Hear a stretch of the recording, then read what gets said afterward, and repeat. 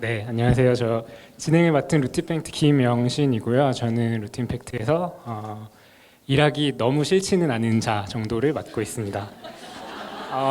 네, 그 앞서 했던 세션들이랑 조금 겹치는 주제들도 있고 아닌 주제들도 있을 텐데 좀 더 다양한 관점에서 일에 대해서 좀 많은 얘기를 해주실 수 있는 분들을 이번 세션 자리에 모셨고요. 네, 더 다양한 관점들을 이번 세션 통해서 확인을 해주시면 좋을 것 같습니다. 네, 우선 지금 이제 각자 좀 맡고 계신 일들과 회사 그리고 지금 가장 에너지를 많이 쓰고 계신 일들을 간략하게 소개를 해주시면 좋을 것 같아요. 먼저 성은님부터 해주시면 좋을 것 같습니다. 네, 저는 벤처기브 펀드 C 프로그램에서 교육 분야에 투자하는 러닝 펀드를 총괄하는 한성은이고요. 러닝 펀드가 교육이라는 되게 명확한 키워드를 가지고 있기는 하지만 저희 포트폴리오 안에는 130년이 넘은 이제 글로벌한 재단부터 30개월이 된 학교도 있고요. 그 교육과 전혀 관련 없는 일을 하시던 프로페셔널들이 모여서 만드신 교육회사도 있고, 또 고등학교 동아리 친구들이 그러니까 대학교 기숙사에서 이제 막 만들어낸 사업도 있습니다. 그래서 저는 이 일을 어떻게 하면 더 끝장나게 잘할 수 있을까를 계속 고민을 하고 있는데, 그게 어떤 한 분야의 전문가가 된다라기보다는 이 일을 잘 해낸다는 거는 어떤 스펙트럼의 전문가가 되어야 하는 일이라고 생각해서 이제 그 지점에 대해서 제일 고민하고 있습니다. 네, 저는 북저널리즘이라는 콘텐츠 브랜드를 펴내고 있는 쓰리체어스라는 미디어 스타트업에서 일하고 있고요. 저는 이제 콘텐츠 총괄로 일하고 있는 김하나라고 합니다. 제가 요즘에 가장 고민을 하고 있는 부분은 저희가 이제 지난달에 정기 구독 서비스 프라임을 론칭했어요. 그래서 정기 구독을 론칭한다는 것의 의미가 저희가 기존에 해왔던 좋은 콘텐츠들을 계속해서 발행하는 것과 더불어서 약속을 지키고 주기적으로 또 콘텐츠를 발행하는 부분까지 더해졌다라고 생각을 해서 그 부분에 가장 좀 애를 쓰고 있고요. 그 애를 쓰고 있는 현장은 저 뒤에서 확인하실 수가 있습니다. 그래서 가입도 하실 수 있고 책도 구입할 수 있으니까 이따가 한번 들러주시면 감사하겠습니다. 네.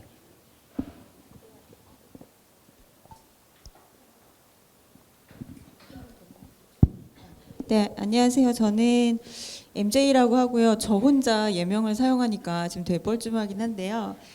모 엔터테인먼트 회사에서 네, 일하고 있고요. 앞에서 이제 HR 팀에 대해서 말씀을 좀 해주셔가지고 제가 앞으로 이제 이야기를 하면서 오해라면 오해를 좀 풀어드려야 될 것 같고요. 제가 지금 하고 있는 일은 저희 회사가 굉장히 급격하게 성장을 하고 있어서 굉장히 많은 구성원들이 조인을 하고 계세요. 그래서 그 중에서 이제 그 다양한 구성원들이 어떻게 하면은 잘 일할 수 있고 행복하게 일할 수 있을지 그런 환경을 만드는 데 주력을 하고 있습니다. 그래서 이제 저는 이제 인사팀이나 뭐 인사쟁이 이런 말 되게 싫어하고요. 전 누가 물어보면 그냥 사람을 연구하고 사람과 관련된 일을 해결한다 그렇게 얘기를 하거든요. 그런 일을 하고 있습니다. 반갑습니다.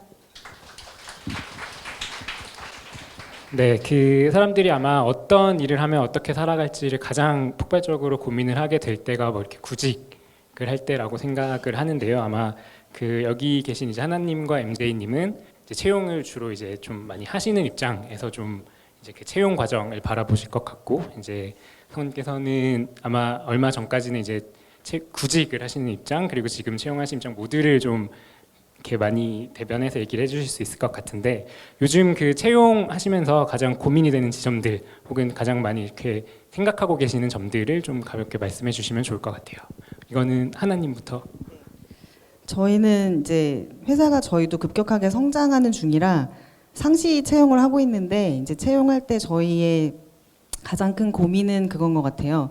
사실 저희가 에디터들한테 너는 무슨 일을 하냐라고 물어보면 너무나 다양한 일을 하고 있어서 하나로 얘기하기가 어려운 것 같거든요. 예를 들면 저희 에디터들은 콘텐츠 기획을 하고 편집을 하니까 에디터일 것이고, 그다음에 저희 에디터들이 또 칼럼을 쓰고 인터뷰를 하고 취재해서 쓰기도 하니까 기자인 것 같기도 하고, 여러 가지 일들을 하고 있어서 그거를 한 단어로 혹은 어떤 특정 직무로 설명을 할 수가 없는데, 그런 부분들을 감안했을 때 저희가 이제 바라는 것은 저희 회사의 미션이나 비전 이런 부분을 좀 면밀히 살펴보시고 그 부분에 대한 공감을 가지고 오시면 직무가 어떤 식으로 달라지더라도 이제 그 코어는 같으니까 충분히 이제 직무를 수행하실 수 있을 거라고 저희는 판단하는데, 실은 이렇게 많은 분들을 뵙다 보면 회사 미션이나 그런 이제 비전에 대해서는 잘 알아보지 않으시고 디테일한 직무에 대해서만 관심을 갖고 오시는 분들이 비교적 많은 것 같아요. 그래서 그런 부분이 사실 조금 저희는 굉장히 고민이고 또 안타까운 부분이기도 한 것 같습니다. 네.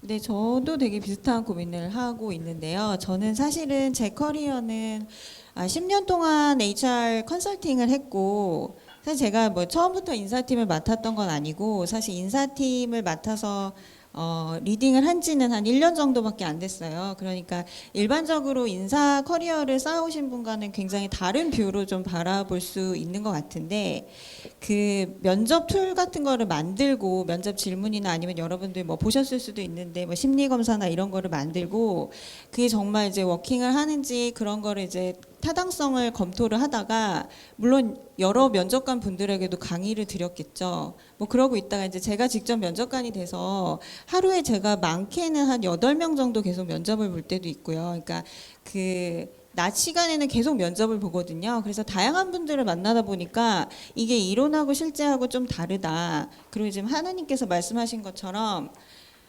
이게 이제 준비를 해와서 자기를 얼마나 어필하는가, 그런 것도 중요하고 과거의 경험도 굉장히 중요한데, 결국에는 본인이 우리 회사에 와서 무슨 일을 하고 싶은지에 대해서 어떤 확실히 정해진 목표가 없으면은 사실 커리어라는 거는 굉장히 긴 과정이잖아요. 그 중에서 이제 힘든 과정도 있을 수 있고 그럴 텐데, 그걸 좀 많이 고민을 못 하고 오시는 것 같아서 그런 건 좀 안타깝더라고요. 그래서 이 채용 과정이 너무 면접을 어떻게 보고 면접을 어떻게 통과할까, 여기에만 포커스가 되어 있다 보니까 정작 가장 중요하게 생각해야 하는, 이 회사에 들어와서 내가 무슨 일을 할 것인가, 이 회사와 같이 무슨 일을 할 것인가에 대해서는 큰 고민이 없이 오시는 분들이 많아서 그 점이 좀 안타까워서 그걸 어떻게 좀 알려드릴 수 있을까, 그런 걸 고민하고 있습니다. 네.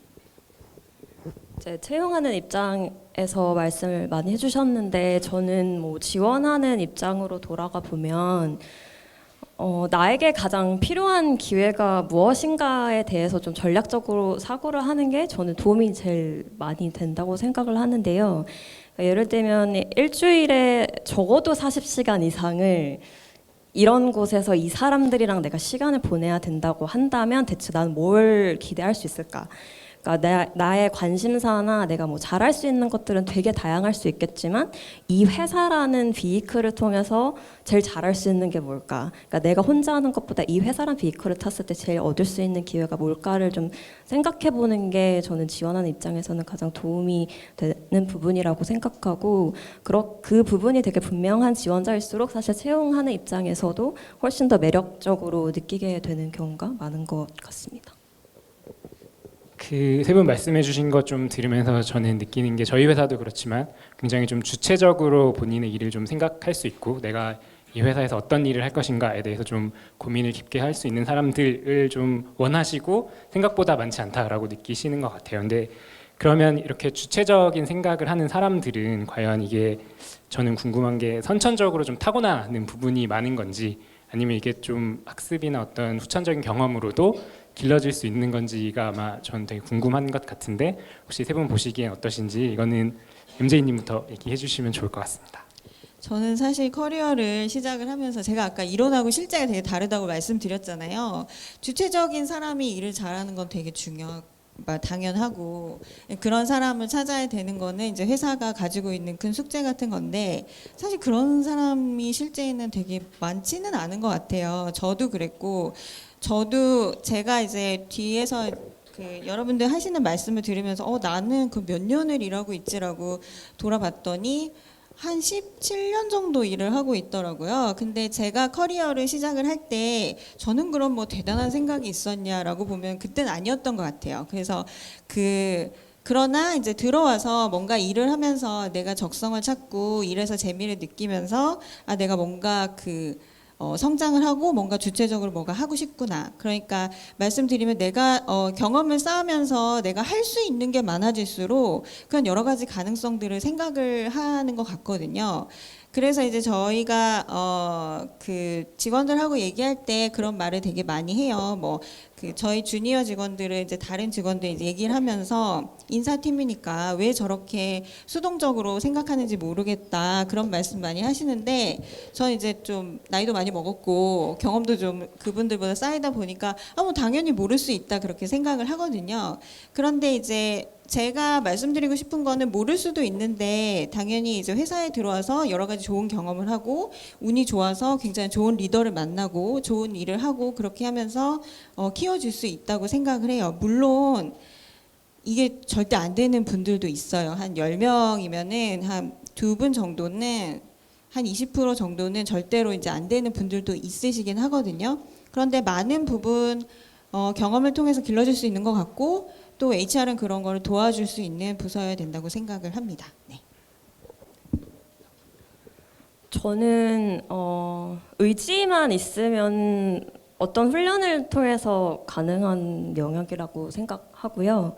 그러니까 타고난 기질이라는 건 사람마다 있을 수 있기는 한데 그러니까 전략적인 어떤 사고나 뭐 주체적으로 생각하는 법이나 일을 대하는 태도는 경험이나 환경에서 되게 많은 영향을 받을 수밖에 없다고 생각하거든요. 그리고 일을 계속해서 하다 보면 사실상 우리가 흔히하게 얘기하는 리더십이라는 이름으로 되게 다양한 방면에서 어차피 주체성을 요구받게 될 수밖에 없는 상황에 놓여요. 이제 그러다 보면 이제 내가 일을 하는 입장에서도 나 스스로를 평가할 때 내가 이 조직에 어떻게 얼만큼 기여하고 있지? 뭐 이런 질문보다는 내가 지금 하는 일이 이 회사가 하는 일에 어떤 퍼즐 조각이야. 내가 이 일을 통해서 지금 개발하고 있는 역량이 뭐가 있어? 내가 커리어 루트로 봤을 때 난 지금 이 회사에서 어떤 포포를 쌓고 있는 거지? 라는 질문을 자연스럽게 하게 되는 것 같아요. 이제 그러다 보면 자연스럽게 일에 근력이 생기면서 내적으로나 외적으로나 주체성에 대한 욕구가 생긴다고 생각합니다. 저는 이제 주체성을 구성하고 있는 요소가 크게 두 가지가 생각이 나는데요. 하나는 관심인 것 같고요. 두 번째는 책임감인 것 같습니다.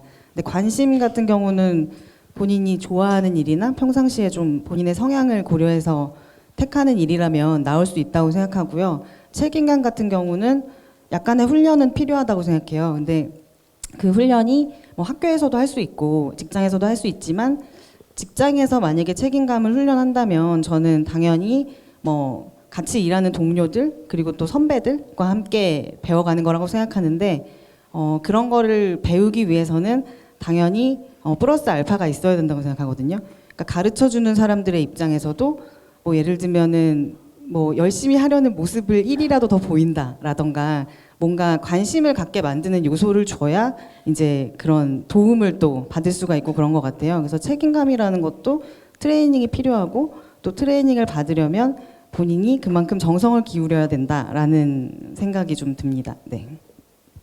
네, 지금 이제 커리어를 시작하는 면접이나 채용 과정에 대해서 좀 얘기를 하고 있는데 저는 이제 개인적으로 면접이나 채용 과정이 대부분 왜 이 회사인가라는 질문과 그다음에 왜 나인가라는 질문이 잘 맞아떨어지는 지점에서 이제 선택이 된다고 보통 생각을 많이 하는데요.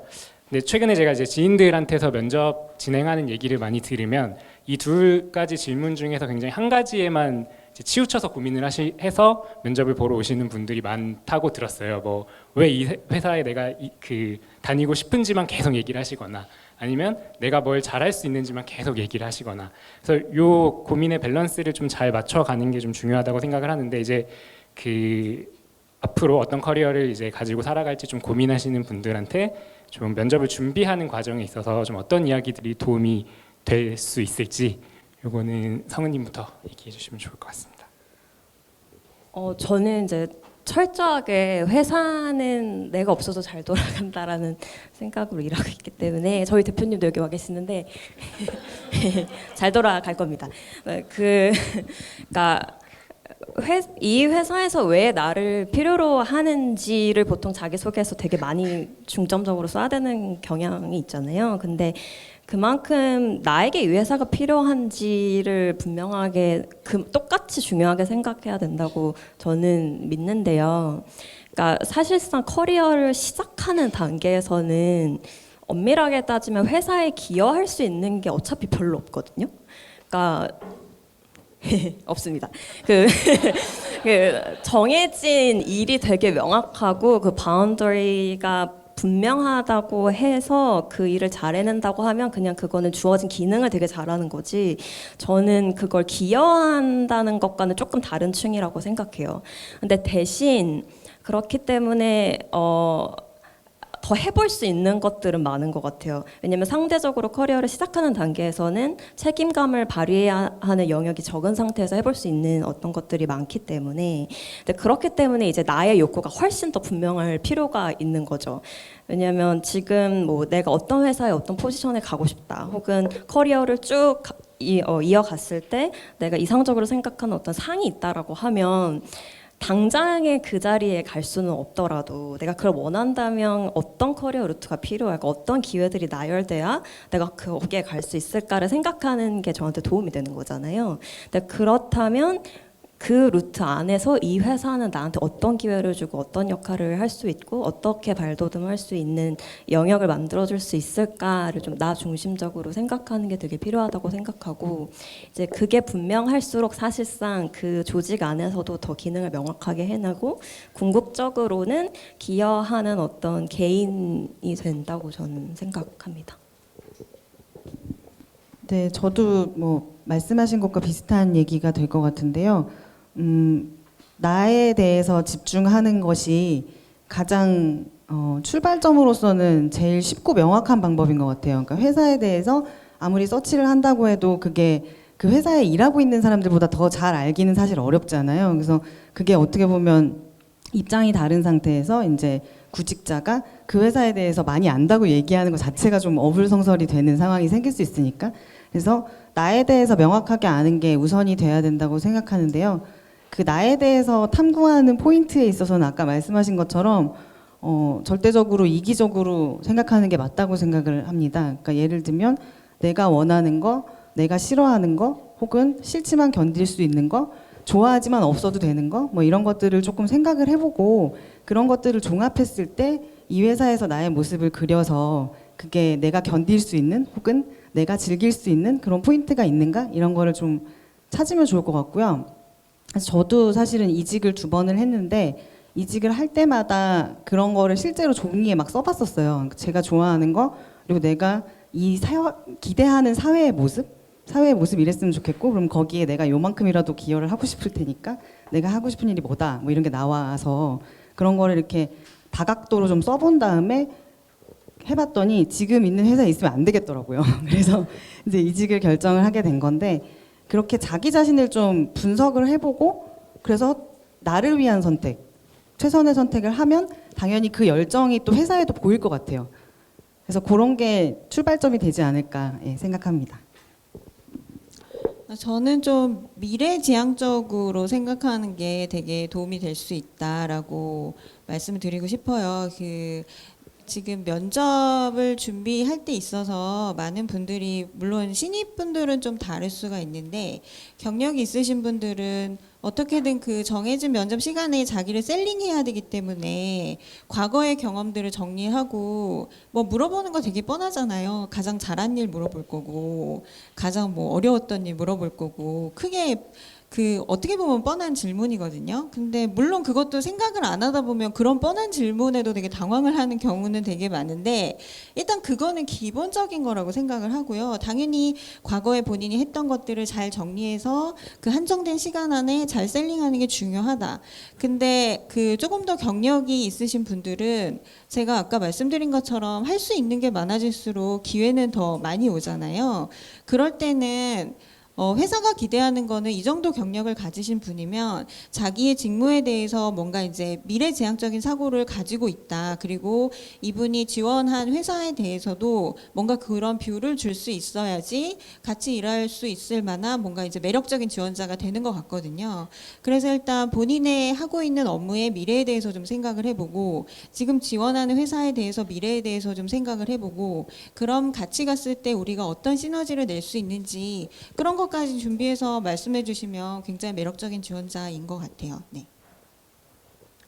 네, 그럼 그 채용에 대한 질문은 한 여기까지 드리고요. 이제 어쨌든 그 다음번으로 이제 채용을 해서 채용이 되어서 일을 이제 지속하게 되면 그 일을 계속 해나가게 하는 좀 원동력 같은 게 어쨌든 필요할 것 같아요. 그게 뭐 누군가에겐 월급일 수도 있고요, 누군가에겐 어떤 뭐 또 다른 요소일 수도 있을 텐데, 저는 개인적으로는 어쨌든 일하면서 그 만족 혹은 이렇게 표현하면 맞을지 모르겠지만 행복감 같은 걸 느끼는 순간순간들이 있고 매번 그렇진 않지만 당연히 매일이 그렇지 않고 그런 것들이 조금 계속 일을 해나가게 하는데 도움이 된다고 생각을 하는데 혹시 세 분은 좀 이럴 때 나는 좀 일하면서 행복감을 느낀다라고 생각하는 순간들이 좀 떠오르시는 게 있는지 궁금합니다. 하나님부터 얘기해 주시면 좋을 것 같아요.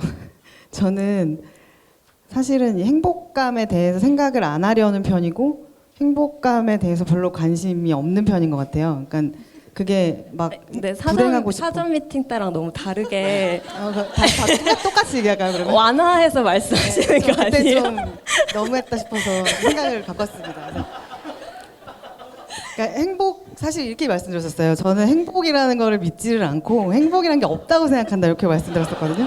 근데 그 믿으시는 분들도 계시니까 그거를 감안해서 약간 조금 색칠을 했고요. 그래서 제가 그렇게 말씀드린 이유는 제가 불행해서가 아니라 그 행복이라는 감정이 뭔지 캐치를 잘 못하겠더라고요. 뭔지를 지금도 잘 모르겠어요. 그래서 그럴 때 제가 이제 대학 때였던 것 같은데 좀 저한테 답을 줬던 글이 그 조선일보의 최보식 기자가 그 손준 메가스터디 대표님 인터뷰한 기사가 있었어요. 근데 거기에서 질문이 그런 게 있었거든요.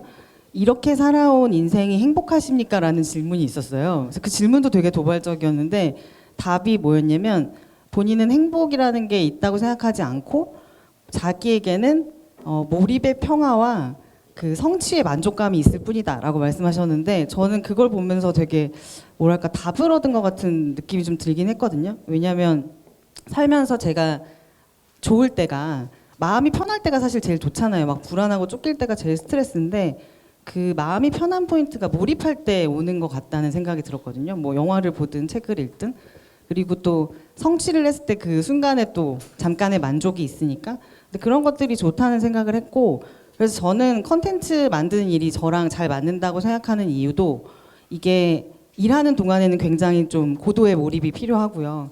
그리고 만들어졌을 때는 이 하나의 어떤 세상에 없었던 것이 나타나서 뭔가를 내가 만들어서 그래도 내 이름이 조그맣게 써 있는 거를 내놨다 이런 만족감이 있어서 저랑은 굉장히 잘 맞는 일인 것 같다 그런 생각을 했습니다. 네. 아, 네. 저도 일부 비슷한 얘기를 이제 드리면 제가 그런 질문을 되게 많이 받거든요. 일하면서 행복하냐? 저는 되게 행복하다고 얘기를 해요. 근데 이제 이 어떤 단어에 대해서는 상당히 많은 조작적인 정의를 내릴 수 있잖아요. 제가 생각하는 행복과 하나님이 생각하는 행복과 성은님이 생각하는 여러분들이 다 생각하는 행복이 다 다를 수 있고 그러나 뭔가 만족스럽고 우리가 그냥 기분 좋은 감정만 가지고 살 수는 없으니까 뭔가 의미가 있고 그런 것들이 합쳐져서 행복이라고 생각을 하고 실제로 제가 전 직장에서 이제 연구를 할 때 직장인의 행복에 대해서 정의를 할 때 이 두 가지를 크게 정의를 했었거든요. 기분 좋은 감정 그리고 어떤 의미감. 그래서 생각을 해보면 어떤 일에서 내가 의미감을 느끼는가 저는 이제 그 사람을 연구하는 사람으로서 제가 어떤 제도를 만들거나 어떤 문화적인 거 뭔가 프로그램을 도입을 했을 때 사람들의 감정이나 아니면 생각을 변화시킬 때 그거를 이제 임팩트라고 하잖아요. 영향력이라고 하는데 그런 것들이 이제 직원들의 마음에 와닿을 때 내가 뭔가 긍정적인 영향을 회사에 그리고 HR은 뭐 직접적으로 성과에 영향을 못 미치니까 간접적으로라도 성과에 기여를 할 때 그럴 때 지금 행복감을 느끼고 있어서 지금 뭐 일은 바쁘지만 그런 의미에서는 저는 뭐 행복하다고 할 수 있을 것 같습니다. 제가 이 질문 사전 미팅 때 영신님이 하셨는데 듣자마자 영신님은 일하면서 행복하세요? 라고 여쭤봤거든요. 그리고 이제 두 번째 논의를 할 때도 이 질문이 꼭 필요할까요? 이렇게 여쭤봤었는데 저는 일을 하면서 행복하다 이런 감정을 전혀 느끼지 않습니다. 그러니까 일을 일을 할 때 당연히 인간적으로 뭐 감동을 받을 때도 있고 뭐 이제 좋은 팀이랑 합을 착착 맞춰가지고 막 일을 쭉쭉 해나갈 때 희열을 느끼기도 하지만 사실 막 그게 행복하다라고 느껴지는 경우는 저는 없어요. 근데 반대로 일이 잘 안 풀리면은 당연히 괴로울 때도 많지만 그렇다고 내가 뭐 불행하냐 뭐 이렇지도 않아요. 그러니까 하나님 말씀하신 것처럼, 그러니까 삶이 아니라 그냥 일에 있어서 사실 행복이라는 프레임을 저는 전혀 쓰지 않거든요. 근데 오히려 이런 게 더 중요한 것 같아요. 그러니까 내가 일을 한다고 했을 때 오히려 사무실에 있는 시간 외에 일상적으로 일에 대해서 고민도 하고 일에 대해서 어떤 영감을 받으면서 내가 지금 이 고민을 왜 하고 있지라는 의심이나 거부감이 들지 않는 일을 하고 있다라는 상태가 그냥 더 중요한 것 같아요. 그렇기 때문에 지금 내가 하고 싶은 일을 하고 있냐, 그리고 내가 하기로 선택한 일에 있어서 어느 정도 이제 최대치를 끌어내고 있냐, 그리고 내가 이 일을 하면서 어떤 새로운 상상을 또 할 수 있냐라는 기준 같은 것들이 채워지면 저는 막 행복하다라는 것보다는 이게 맞네, 이게 맞아라는 어떤 확신으로 계속 가는 것 같다. 네, 그 사전 질문 때도 느꼈지만 우문현답인 것 같고요. 네, 감사합니다. 그 앞서서도 커리어를 뭐 맺고 끊는 이야기도 나눴고 이제 지금 커리어를 지속하는 이야기도 나눴는데 그 좀 커리어를 이제 끝내는, 그러니까 이직을 고민하는 시점에 대한 이야기도 조금 해보면 좋을 것 같아요. 그 저를 아마 오늘 모더레이터로 이제 섭외하신 배경에도 제가 지금 한 7년 정도 일을 했는데 저도 이직을 한 6번 정도를 했어요. 그래서 아까 이제 경원님을 보면서 너무 반갑다라는 그 위안을 얻었는데 여기 계신 분들 다 어쨌든 이직 경험이 있으시고 그 이직을 이제 확실하게 해야겠다라고 마음먹는 타이밍에 대해서 조금 얘기를 나눠보면 좋을 것 같아서 MJ님부터 요거는 한번 말씀해 주시면 좋을 것 같습니다. 네, 뭐 다시 질문을 받으니까 별거는 없을 것 같은데 일단 이것도 개인 차이인 것 같아요. 어떤 분들은 굉장히 안정적인 거를 추구하시는 분들이 있잖아요. 그리고 이제 새로운 환경에 던져졌을 때 처음부터 어떻게 적응을 하나 그런 것들을 굉장히 두려워하시는 분들이 이직에 대해서 많은 고민을 하는 것 같은데 저는 일단 그런 성격은 아닌 것 같아요. 제가 뭐 막 되게 활발하고 적극적이고 그런 성격은 아닌데요. 그냥 새로운 거에 대해서 별다른 거부감이 없는 그런 성격을 베이스로 했을 때 그런 이제 거꾸로 얘기를 하면 새로운 게 아니면은 되게 실증이 난다 그런 거라고 말할 수 있거든요.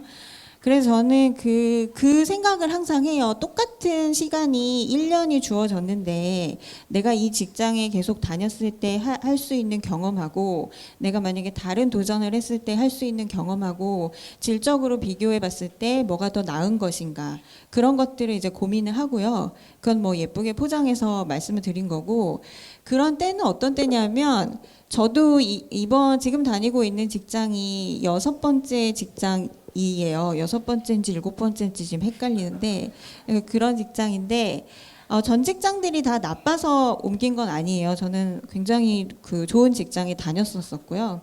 근데 일을 하다 보면 재미가 없는 순간이 오거든요. 그리고 내가 더 같은 기간에 뭔가 좋은 더 경험을 할 수 있을까 그렇게 느껴지는 순간이 뭔가 설명은 할 수 없지만 그렇게 오는 것 같아요. 그러면 그 순간이 왔을 때 사람들은 여러 가지 돌파구를 찾잖아요. 조직 내에서 찾을 수도 있고 아니면 일 밖에서 뭔가 새로운 자극을 추구할 수도 있고 근데 저는 뭐 일을 더 중요하게 생각하는 사람이기 때문에 그럴 때 이제 이직을 생각하게 되는 것 같습니다. 저는 절대적으로 제 시간을 가장 많이 드리고 싶은 다른 일이 생기면 이직을 하는데요. 저는 뭐 업력이 한 9년 차 정도 됐고 저는 2번의 이직을 했는데 저한테는 세상에서 제일 비싼 게 제 시간이거든요. 그렇기 때문에 저는 굉장히 몰입해서 충분히 고민해서 되게 잘해내고 싶은 일의 1순위가 아니라고 한다면 굳이 제 시간을 거기에다 써야 되는지는 잘 모르겠다라는 느낌이 강하고 그렇기 때문에 그런 게 있을 때마다 의직을 고민을 하고 해온 것 같은데 그냥 짧은 에피소드를 말씀드리자면 제가 이전 직장도 되게 하고 싶었던 일이었고 되게 재밌었고 같이 일하는 팀도 되게 훌륭해서 되게 유쾌하게 잘 이제 일을 할 수 있었는데 어느 순간에 나에게 별로 어떤 의미가 사라지는 순간이 오더라고요. 그러니까 제가 마지막에 했던 일이 최고급 자동차의 서비스 경험을 디자인하자 이런 일이었는데 매일 새벽 5시에 퇴근했거든요. 뭐 그걸로 이직을 할 생각은 없었지만 그리고 나서 한두 시간 자고 이제 아침 9시쯤 출근해서 다시 일을 하는 거예요. 근데 그때 출근길 대로변에 이렇게 큰 가라오케가 있었어요. 그래서 9시쯤 이렇게 출근을 하는데 이렇게 사람들이 몰려 있길래 보니까 가라오케 리더님들 있잖아요. 실장님들이 이렇게 일렬 종대로선 웨이터분들의 90도 인사를 받으면서 제가 저희 팀이 새벽 5시까지 매일매일 고민하는 그 차를 타고 줄줄이 퇴근하시는 거예요. 근데 이제 제가 누군가의 직업을 뭐 폄훼하거나 뭐 생계의 수단을 얕잡아 보거나 뭐 그런 건 아니잖아요. 근데 개인적으로 그냥 딱 그 광경을 목격하는데 9시까지 출근한 나의 모습 안에서 내가 이거 이렇게까지 고민할 일인가? 라는 질문이 드는 거예요. 이 일을 할 수 있는 하고 싶어하는 되게 수많은 사람 중에 굳이 나까지 이 일을 해야 되는 걸까? 라는 그냥 그런 물음이 들었어요. 그 일을 떠나서라도 그러니까 내가 이 일을 쭉 해서 어떤 정점을 찍었을 때 내가 얻게 되는 기회가 뭐냐, 내가 얻게 되는 영향력이 뭐냐라고 생각했을 때 더 이상 그게 되게 매력적이지가 않더라고요. 그래서 그것 때문에 저는 어떤 가슴 한켠에 있던 교육이라는 걸 뭐를 해볼까라는 욕망을 발현하기 위해서 지금 회사에 이직을 하게 됐고 어떤 그런 순간들에 이직을 결심하게 되는 것 같습니다. 저는 콘텐츠 만드는 일만 계속 하고 있어서 전 직장은 두 곳 다 신문사였거든요. 근데 저는 이제 그만둘 때 포인트가 조금 부연 설명이 필요한 워딩이긴 한데 일이 쉬워질 때 그만둬야 된다고 생각을 해요. 그래서 첫 직장도 그렇고 두 번째 직장도 일을 하다가 이 일이 너무 쉽다는 느낌이 들었고 노력을 안 해도 잘 돌아간다는 느낌이 들었는데 그게 막 제가 너무 뛰어나서 막 이 일이 너무 하찮아서 그런 게 아니라 요령을 피우게 되는 그런 포인트인 것 같아요. 그러니까 이 어떻게 보면은 메커니즘을 내가 대충 알아가지고 이런 식으로 하면은 크게 탈 없이 넘어갈 수 있다라는 걸 알게 됐거나, 그다음에 두 번째라면 실제로 자기가 성장을 너무 많이 해서 뭐 이런 더 큰 일을 해야 될 때가 왔거나 이 두 개가 좀 결합된 거일 텐데, 근데 저는 이제 그 요령 피우고 요럴 때가 본인이 조금 커 있는 상태일 수 있다고 판단을 하거든요. 그래서 이제 첫 직장 때도 그렇고 두 번째 직장에서도 제가 이 일이 더 이상 저한테 어떤 허들이 없다라는 생각이 들었을 때 이제 그만뒀는데, 그게 막 나를 괴롭히기 위해서 뭐 좀 계속 막 어려운 일을 하고 싶어서 이런 거라기보다는 일을 하면서 내가 모든 걸 다 알고 있는 것 같은 느낌? 그러니까 일이 쉽고 내가 꿰고 있다는 느낌이 드는 게 너무 불행하더라고요. 그러니까 뭐 다른 친구들은 다 뭔가를 배우면서 이 세상에 대해서 알아가면서 살고 있는데 나는 이 좁은 세계에서 이게 정답이라고 생각하고 살고 있구나라는 거를 느끼게 되면 좀 변화가 필요한 때가 아닌가라는 생각이 들어서 저는 그렇게 말씀드리고 싶습니다. 네. 네, 저는 개인적으로 이직을 많이 해서 그런지 최근에 이제 이 소셜 섹터로 이직을 할 때도 주변에 이렇게 뭔가 걱정이나 거부감이 많진 않았어요. 워낙 뭐 그러려니 하니까. 근데 이제 주변에 보면 이렇게 이직을 처음 하거나 아니면 이제 이런 좀 소위 말하는 이제 비주류 섹터 쪽으로 이제 그 커리어를 고민하시는 분들 주변에서 되게 걱정도 많이 하시고 스스로도 이게 한번 이쪽으로 시작을 하거나 아니면 넘어가면 다시 못 돌아오는 게 아닐까 이런 고민들을 되게 많이 하시는 것 같고, 특히 한국은 모르겠어요. 제가 개인적으로 느끼기에는 그 경직도가 굉장히 높다고 느껴요. 이런 이직들에 있어서도. 그래서 그런 고민들을 되게 많이 하시는 것 같고, 여기 오신 분들 중에서도 이런 비주류 커리어에도 관심이 되게 많으신 분들일 것 같은데, 관련해서 좀 세 분은 요즘에 이제 뭐 트렌드나 이런 거 뭐 당연히 뭐 거시적인 것들을 말씀해 주실 수는 없겠지만 개인적인 이제 회사에서의 경험들로 비춰볼 때 좀 그런 부분들은 어떻게 보시는지 좀 궁금합니다. 요거는 하나님부터 얘기해 주시면 좋을 것 같아요. 저는 사실은 제가 이제 처음 커리어를 시작했던 게 2006년 말이었는데요. 그때만 해도 지금이랑 분위기가 정말 달랐던 것 같아요. 그때는 제가 뭐 소위 말하는 그 메이저 신문사가 아닌 곳으로 입사를 했었는데 그때 너무너무 제가 힘들었던 것이 그냥 그 메이저 언론사에 입사한 동기들이 너무너무 부럽고 나는 똑같이 해도 안 되는 것 같고 그 조건이 너무 큰 장벽처럼 느껴져서 나는 이미 약간 좀 심하게 말하면 이미 배렸기 때문에 절로 갈 수 없을 것이다 막 이런 느낌이 들 정도로 그게 견고했어요. 실제로 너무너무 견고했어요. 그래서 그것 때문에 힘들었지만 결국은 제가 지금 여기 와서 돌이켜 보면 지금은 사실 그런 게 전혀 없거든요. 지금 막 입사해서 일하는 뭐 기자들이나 아니면 다른 회사에서 일하는 친구들을 봐도 이직도 굉장히 빈번하고 그리고 뭐 예전처럼 막 공채 프리미엄이라는 게 예전 같지가 않다는 걸 저는 되게 확연히 느끼거든요. 그래서 그런 걸 봤을 때 제가 잘 알지는 못하지만 요즘은 확실히 그렇게 트렌드가 바뀌고 있고 이 일이라는 게 뭔가 처음에 운이 좋아서 좋은 회사에 딱 들어가가지고 좋은 조건이 되는 것만으로 결정되는 시대는 이제 끝났다는 생각이 좀 들고요. 그리고 그래서 더더욱 이제 도전을 많이 해보시면은 좋겠다는 생각이 들어요. 그러니까 예전처럼 뭔가 내가 첫 단추를 잘못 깨면은 막 그냥 끝나는 거다 막 이런 시대가 아니기 때문에 그냥 뭐 이 단추 한번 꿰봤다가 아니면 다시 풀면 되고 그런 시대가 됐다는 거를 조금 생각해 보시면 오히려 마음이 좀 편해지지 않을까 그런 생각이 좀 듭니다. 네. 저는 뭐 노동시장이 미국에 비하면 한국이 경직되어 있다는 뭐 맞는 얘기인 것 같고요. 대기업에서 근무를 하거나 이제 그 학부를 나와가지고 어떤 공채에 어플라이해서 뭐 이름이 알만한 대기업들의 공채에 들어가거나 그런 이제 루트를 타고 나면 오히려 더 이직에 대해서 되게 두려워하시는 것 같고, 근데 지금 있는 회사에서는 굉장히 다양한 분야의 분들이 오시는데 사실 저희가 이제 검토를 할 때 꼭 그런 건 아닌데 어떤 분이 한 직장에서 한 10년 근무하고 20년 아니고 10년 12년을 근무를 한 직장에서만 하셨다.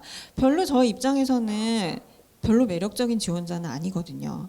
그래서 저는 노동시장이 뭐 경직됐다고 말은 하지만 그거는 어떤 한 가지 관점으로 바라볼 때 그런 것 같고요.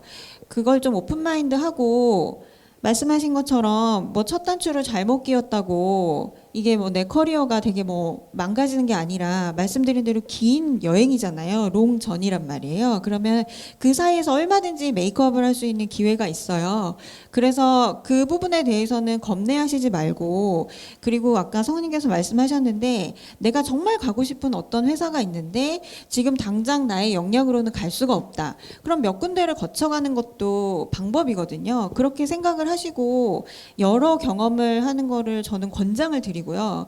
그리고 이제 그 데이터적으로도 한 직장에 다닌 사람들보다는 여러 가지 경험을 한 분들이 좀 더 성과를 더 잘 낸다. 그런 이제 부분들이 밝혀지고 있기 때문에 거기에 대해서는 겁내지 말고 그냥 많이 경험을 하시되 그거를 잘 스토리텔링을 해서 엮었으면 좋겠고, 그리고 이제 한 가지 더 말씀드리고 싶은 거는 잘못된 선택을 할 수도 있잖아요. 어떤 회사에 들어갔는데 내가 생각했던 직무도 아니고 동료들도 별로고, 그러면 그랬을 때는 어떻게 하냐라고 할 때 제가 팁을 하나 드리면, 그러면 그냥 그 회사에 대해서 그냥 공부를 하세요.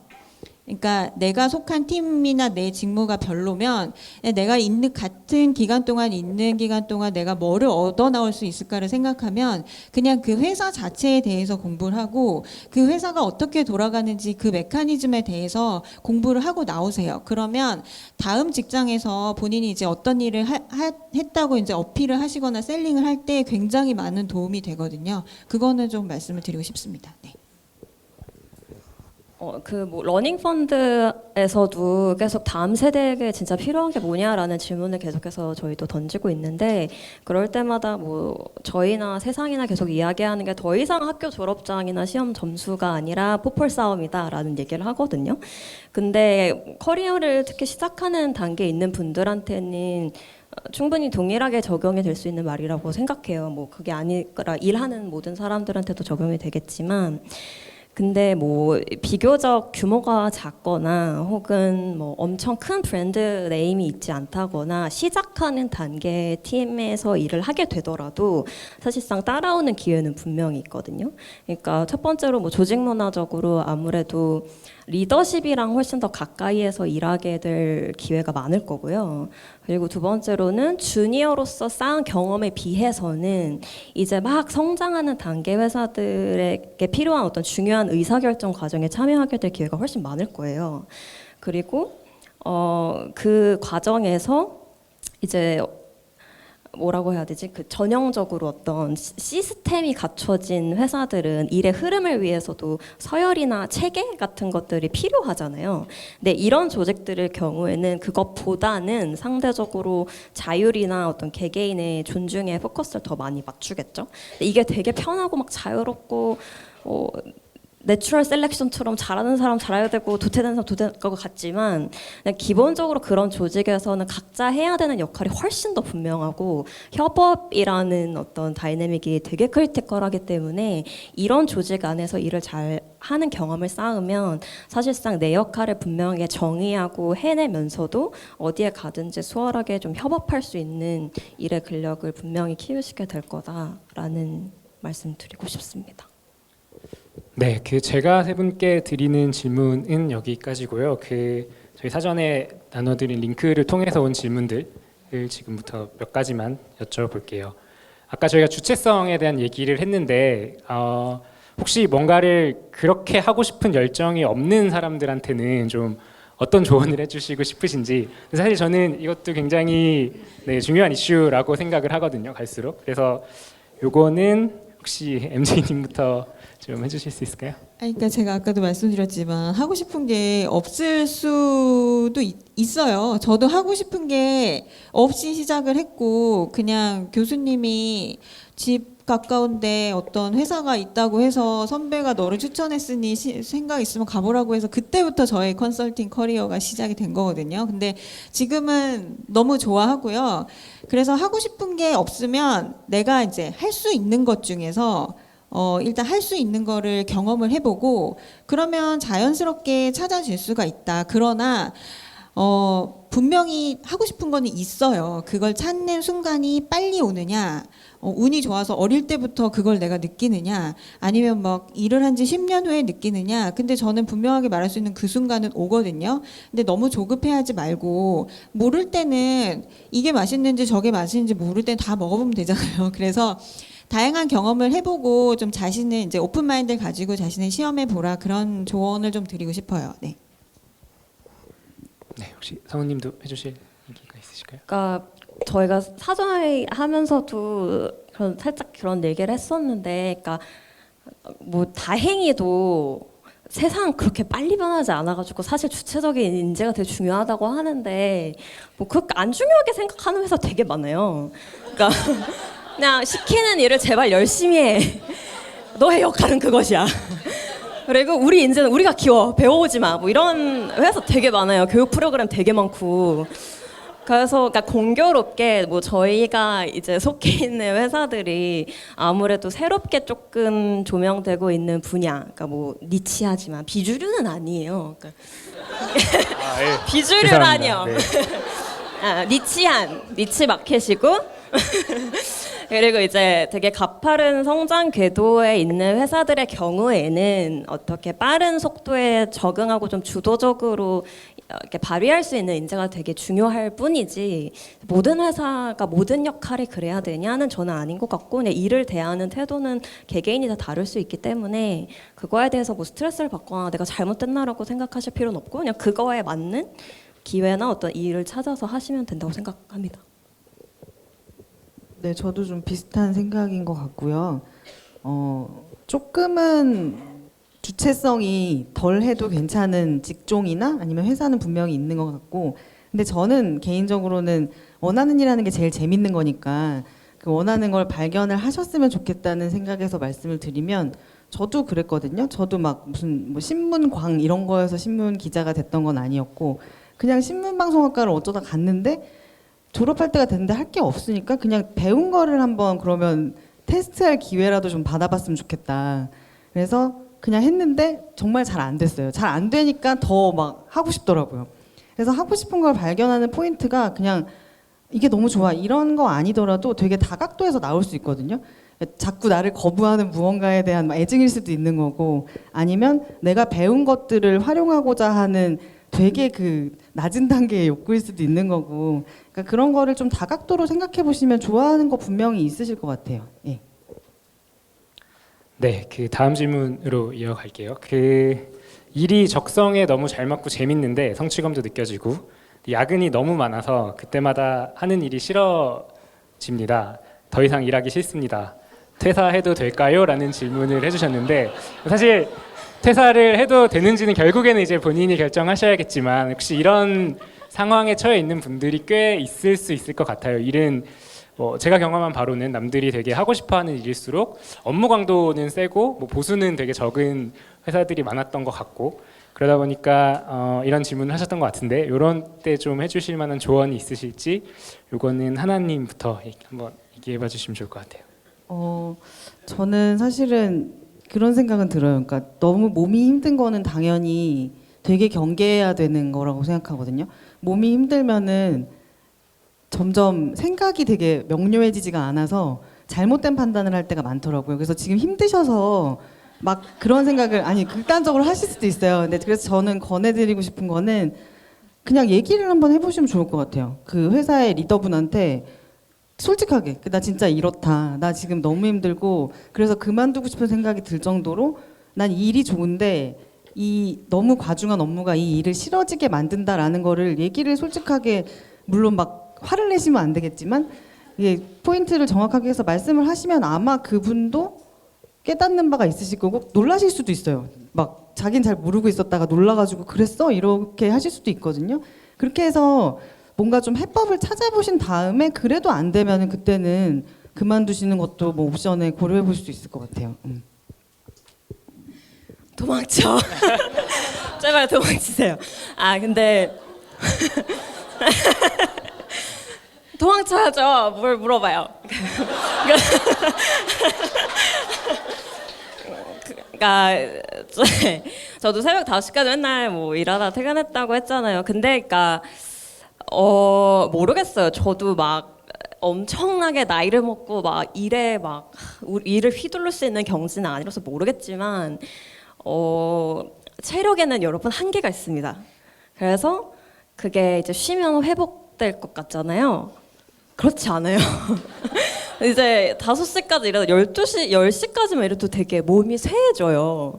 근데 그냥 그러니까 말씀드리는 이유는 그냥 저는 개인적으로 되게 일을 달려서 저도 하는 타입인데 그러니까 내가 어차피 일을 좋아하는 분이라면 적성에도 맞고 되게 재밌다고 하셨잖아요. 일을 오래 쭉 하고 싶다라는 어떤 생각을 가지고 계신다면 좀 에너지 분배를 라이프 사이클에 맞춰서 하시는 것도 사실 하나의 지혜이자 스펙이 될 수 있다. 결국에 되게 능력이 뛰어나도 체력 안 되면 그 싸움에서 그냥 지는 거거든요. 그래서 전 그냥 그만두시라고 말씀드리고 싶긴 하네요. 저는 인사팀을 일단 찾아와야 된다. 그렇게 말씀을 드리고 싶고요. 뭐 일이 적성에 맞고 그런데 야근이 너무 과중하다. 그럼 뭔가 그 회사는 시스템적으로 문제가 있는 거고 그 직무가 굉장히 중요한 직무고 본인이 거기에 대해서 전문가면은 그 직무를 할 수 있는 다른 환경은 얼마든지 있거든요. 그럴 때 사람들이 더 좋은 회사를 찾아가고 그럴 때 우리가 복리후생이나 조직 문화를 논하게 되는데 그거는 분명히 그 회사에 문제가 있는 거니까 인사팀을 우선 웃을 일이 아니고 인사팀을 찾아가야 되는 것 같고요. 거기서 인사팀과 경영진이 뭔가 해결책을 못 찾으면 그 회사는 좀 다시 한번 생각해 봐야 되는 회사가 맞는 것 같아요. 그래서 일이 좋으면 그 일을 더 행복하게 할 수 있는 뭔가 다른 환경을 찾는 거는 당연한 거다라고 말씀드리고 싶습니다. 네. 네, 세상에는 다양한 인사팀이 있다는 걸 다시 한번 말씀드리고요. 이거는 MJ님께 이제 질문이 들어왔는데 많은 분들이 좀 공감을 눌러 주셨어요. 그래서 아까 다니고 있던 회사의 메커니즘을 공부해서 그 다음 직장 갈 때 이제 면접을 볼 때나 이럴 때 좀 잘 활용하면 좋겠다라는 얘기를 이제 간단하게 해주셨는데 좀 구체적인 내용이 좀 많이들 궁금하신가 봐요. 그게 어떤 그 말씀인지 조금만 더 자세하게 설명을 해주시면 좋을 것 같아요. 그 지원자들하고 얘기를 하다 보면 그 전 직장에 대해서 몰라요. 그러니까 본인이 하고 있던 나의 부서, 나의 업무, 나의 상사 이렇게만 알고 있고 그 회사가 그 근본적으로 어떤 일을 하는 회사고 우리 회사의 경쟁사는 어디가 있으며 이 회사의 미래 전망은 어떻고 그런 걸 잘 모르고요. 그다음에 뭐 스태프 부서가 아니고 현업이면 뭐 회계가 어떻게 돌아가는지 인사는 어떻게 돌아가는지 그런 것들에 대해서 잘 모르시거든요. 근데 그걸 공부하는 것만으로도 굉장히 도움이 될 수 있다. 그 회사에 대해서 뭔가 분석적인 사고를 가질 수가 있는 거고 그러면서 본인이 배울 수가 있는 거거든요. 그렇게 공부하다 보면 되게 자연스럽게 그 생태계를 공부하게 되고 그 산업을 공부하게 되는 거예요. 그래서 어떤 회사를 다닐 때 내 직무가 좀 그렇게 하면은 차라리 그 시간에 회사나 산업이나 이런 쪽을 더 공부하는 것도 훨씬 도움이 된다. 그리고 그 지식이 다른 인더스트리를 가거나 다른 회사로 가거나 언젠가는 되게 효용적으로 쓰일 수 있다. 그런 말씀 드리고 싶어요. 네. 네, 요 질문도 조금 여러분이 이제 공감을 눌러주셨는데 직장에서 일을 할 때 자기 일만 열심히 하는 것과 이제 주변 동료들도 도와주고 협력하는 것, 어쨌든 이거는 상충하는 무언가가 있다고 느끼시는 것 같아요. 이게 에너지도 많이 들고 누군가를 도와줬을 때 이제 다른 사람들이 성장을 하기도 하고 이런 것들이 신경 쓰이는데 이런 것들이 되게 고민이 될 때 어떤 기준으로 이제 관계를 맺으면서 일을 하면 좋을지를 질문해 주셨습니다. 요거는 혹시 사모님부터 얘기해 주실 수 있을까요? 그 환경에 따라서 좀 다를 것 같기는 한데 요즘 하는 일 같은 경우는 사실 혼자 할 수 있는 일이 거의 없어서 협력이 없이 할 수 있는 일인지는 모르겠어요. 근데 뭐 어떤 역할이나 포지션에 따라서 내 일만 되게 열심히 하면 내 프로젝트 혹은 내 KPI는 상관이 없고 그럼에도 불구하고 이걸 도와줘야 되냐 말아야 되냐라고 할 때는 그냥 그건 여력에 따른 개인의 선택이라고 생각하고요. 근데 이제 일을 하다 보면 사실 되게 솔로로 크게 발휘할 수 있는 일은 점점 줄어들 수밖에 없거든요. 그리고 내가 어떤 프랙티스를 되게 딥하게 많이 하지 않더라도 사실상 그 모든 것들에 대해서 조금 인지하고 리드할 수 있는 게 훨씬 중요하게 되는 위치에 아마도 가실 거라서 어떤 디렉팅을 하는 입장에서 나의 모습을 기대하게 볼 때도 이제 협력하는 어떤 스킬이나 그런 업무 같은 것들을 좀 같이 하는 게 결국에는 개인에게 도움이 되시는 일일 것이다라는 생각이 드네요.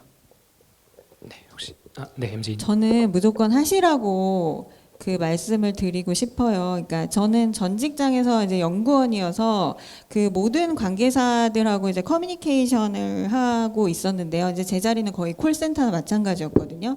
왜 그랬냐면 저는 일에 저래 참견을 하고 제 일이 아니라도 되게 도와주려고 노력을 많이 했어요. 근데 이게 제가 특별히 착해서 그런 건 아니고요. 그 회사에서는 회사의 모든 일들은 그 커넥팅이 다 되어 있고요. 다 연결고리가 있어요. 저 팀에서 저 일을 하는 이유는 이 팀의 뭔가 때문에 생기는 거고 이 일과 저 일이 연결이 됨으로써 회사 전체의 업무를 파악을 할 수가 있는 거거든요. 근데 자기 업무만 하시면 그 일은 알 수도 없어요. 그리고 그 일이 나에게 이제 다 주어지지도 않고요. 내가 하고 싶은 일이. 근데 이렇게 조금씩 도와주다 보면은 사람들이 나에게 정보를 더 많이 주고 나에게 뭔가 고민을 얘기한다거나 뭔가 의논을 한다거나 그런 일이 생기거든요. 그러면 그 사이에서 훨씬 더 많이 배우고 나중에 몇 년이 지나다 보면 이 일은 이것 때문에 일어난 거고 이 부서와 이 부서는 이렇게 업무적으로 연결돼 있구나. 그거를 배울 수가 있어요. 그래서 저는 웬만하면 꼭 도와주고 인볼브 하는 게 좋다. 그렇게 말씀드리고 싶습니다. 네. 혹시 더 할 얘기 있으세요? 네, 저도 비슷한 얘기인데 저는 조금 그러면 다른 각도에서 하나 플러스로 그냥 말씀을 드리면 협업을 하는 데 있어서 이제 남을 도와주는 일은 제일 좋은 일은 자기 일을 잘하는 건 것 같아요. 그래서 자기 일을 잘하면 남이 피해를 보지 않으니까 그래서 우선은 자기 일을 완벽하게 하는 것에 포커싱을 하시는 게 결국은 남을 도와주는 길이 아닐까라는 생각이 좀 듭니다. 큰 틀에서는 당연히 말씀하신 대로 도와주는 것이 본인의 커리어에 뭐 새로운 플러스 알파를 만드는 중요한 포인트라고 생각하고요. 예. 그리고 북저널리즘에서는 현재 에디터를 채용하고 있습니다. 그렇습니다. 네, 그 마지막 질문 드리기 전에 이거 저도 궁금했던 건데 그 하나님 그 쓰리체어스라는 사명 혹시 왜 쓰리체어스인지 저도 항상 궁금했거든요. 네, 이게 좀 스토리가 있는데요. 저희 창업하신 대표께서 그 헨리 데이빗 소로우의 월든을 굉장히 좋아하시는데 그 월든에 이런 구절이 나와요. 그분이 이제 산속에 오두막을 짓고 살면서 자기는 의자 세 개를 놓고 살고 싶다. 하나는 나의 고독을 위해서, 하나는 친구를 위해서, 하나는 사회를 위해서라는 구절이 나오는데 그거를 이제 저희가 만드는 콘텐츠도 그랬으면 좋겠다. 그러니까 개인의 고독한 시간에 그다음에 친구와 나누고 싶고 사회에 도움이 되는 이런 콘텐츠를 만들자라는 아주 거창한 의미에서 만들어졌습니다. 네. 네, 감사합니다. 그 마지막으로 여기 어쨌든 제 생각에는 어쨌든 일의 의미에 대해서 굉장히 좀 고민을 하시는 분들이 많이 모여 계신 것 같은데 여기 오신 분들에게 끝으로 한 마디씩만 해주시고 마무리하면 좋을 것 같아요. 먼저 상우님부터 해주실까요? 왠지 이 얘기를 시키실 것 같아가지고 제가 저도 방금 생각했는데 생각을 해봤는데요. 근데 요즘 느끼는 감정인데, 그러니까 자신을 되게 잘 많이 충분히 믿으셨으면 좋겠다. 그냥 그런 말씀 드리고 싶어요. 그러니까 저희 여기 어떤 분들이 오시냐라고 했을 때 커리어 시작 단계나 이제 커리어를 시작하려고 하시는 분들이 많이 오신다는 얘기를 들었는데 보통 자신을 믿지 못하는 사람들, 그러니까 내가 부족해, 나는 확신이 없어라는 사람들이 되게 노력을 많이 할 것 같잖아요. 근데 그렇지 않아요. 그러니까 자신을 되게 충분히 믿는 사람들이 노력을 훨씬 더 많이 하고 그 위치에 가 있는 걸 전 되게 더 많이 본 것 같아요. 왜냐하면 기저에는 노력하면 할 수 있어, 노력하면 될 것 같아라는 어떤 심지가 있다고 생각하거든요. 근데 반면에 스스로를 충분히 믿지 못하는 분들은 노력해도 저렇게는 될 수 없을 것 같아. 혹은 저렇게 뛰어난 사람이 저만큼 노력하는 것과 나의 노력은 기준이 달라서 나는 저렇게는 할 수 없을 거야 라는 스토리를 귀결되는 경우가 많더라고요. 근데 이제 다음 세대를 고민할 때도 이제 자주 하는 얘기가 애들도 결국 믿어주는 만큼의 사람으로 큰다라는 이야기가 있는데 저는 그 모든 단계에 있는 인간에게 적용이 되는 말인 것 같고 그렇기 때문에 꼭 그만큼 믿어주시는 만큼 노력하셔서 원하는 위치에 반드시 가셨으면 좋겠습니다. 더 크게 치셔도 돼요.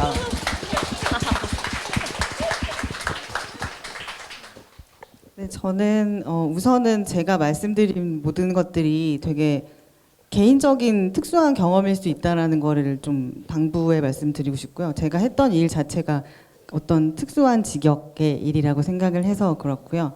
그다음에 두 번째는 아까 말씀드렸던 그 본인을 조금 분석해보는, 나를 좀 밖에서 들여다보는 거는 한 번씩 해보시면 되게 재미도 있고 좋을 것 같아요. 저도 막 쓰다 보니까 그랬구나라는 거를 알게 되는 부분이 있더라고요. 그래서 그런 거를 조금 명쾌하게 정리를 하고 나면 마음도 편해지고 또 이전에 관심 없었던 일이 새롭게 막 관심 대상으로 떠오르기도 하고 해서 시야가 넓어지는 것 같습니다. 그래서 그걸 꼭 권해드리고 싶습니다. 네, 감사합니다.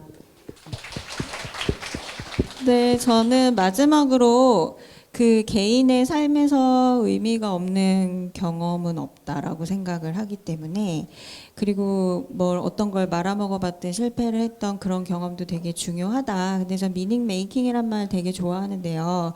의미를 만들어가는 거는 결국엔 과거의 사건들을 돌아보면서 그게 내 삶에 어떤 의미였지를 생각해보고 본인이 스스로 의미를 만들어가는 거거든요. 의미는 특히나 남이 주지 않는 거예요. 그래서 그런 측면에서 생각을 하시고 할 수 있는 한 굉장히 다양한 경험을 해보시고 그게 지금 내가 앞으로 가는 길에 그리고 나의 삶에 어떤 의미가 있는지를 돌아보면 그게 뭐 별거 아닌 것 같지만 모든 것이 의미가 있는 일이다 그렇게 말씀드리고 싶습니다. 네. 네, 저희 준비한 건 여기까지고요. 오늘 세 분 좋은 말씀 해주셔서 감사하고 들어주셔서 감사합니다. 네, 감사합니다.